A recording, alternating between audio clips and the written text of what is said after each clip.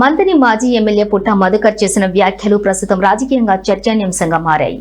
తన కుటుంబంపై జరుగుతున్న సోషల్ మీడియా దాడులు స్థానిక రాజకీయ పరిస్థితులపై ఆయన తీవ్ర ఆవేదన వ్యక్తం చేశారు.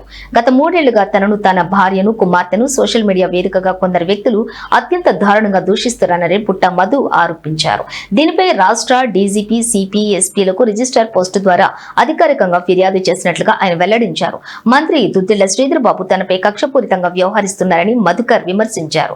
ప్రజల పక్షాన తాను అడిగే ప్రశ్నలకు సమాధానం చెప్పలేక తన సొంత సామాజిక వర్గం వారితోనే తనను తిట్టిస్తున్నారని ఆరోపించారు. మా ఓట్లతో గెలిచి మమ్మల్ని ఇబ్బంది పెడుతున్నారు అంటూ రాచరికపు పాలన సాగుతుందని మండిపడ్డారు. దుద్దిళ్ల శ్రీధర్ గారు, ఇప్పటికైనా మీరు మారకపోతే మరి దానికి పూర్తి బాధ్యత మీరే వహించాలని ఈ సందర్భంగా ఈ సమాజానికి తెలియజేస్తూ, వారి గురించే మరి అన్నీ కూడా ఈ సమాజానికి అర్థం కావాలని తెలియజేస్తూ, దుద్దిళ్ల శ్రీధర్ గారు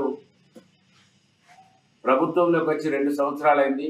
దానికన్నా ఒక ముందు సంవత్సరం నుంచి మమ్మల్ని అనేక రకాలుగా, నన్ను, నాతో పాటు నా కుటుంబాన్ని, నా భార్యను, నా బిడ్డను, నా కొడుకును సోషల్ మీడియా వేదికగా అనేక రకాలుగా, ఒకడు పన్నూరు అతను వాడు రాస్తాడు, అడవి శ్రీరాంపూరోడు పెడతాడు.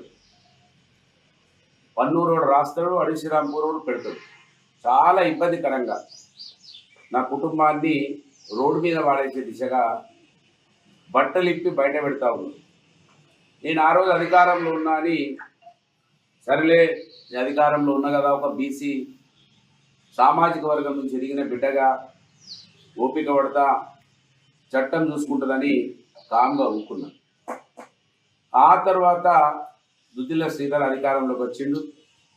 2 సంవత్సరాలు ఊరుకున్నాను. ఇకనైనా మారుతాడు శ్రీధరు. మావో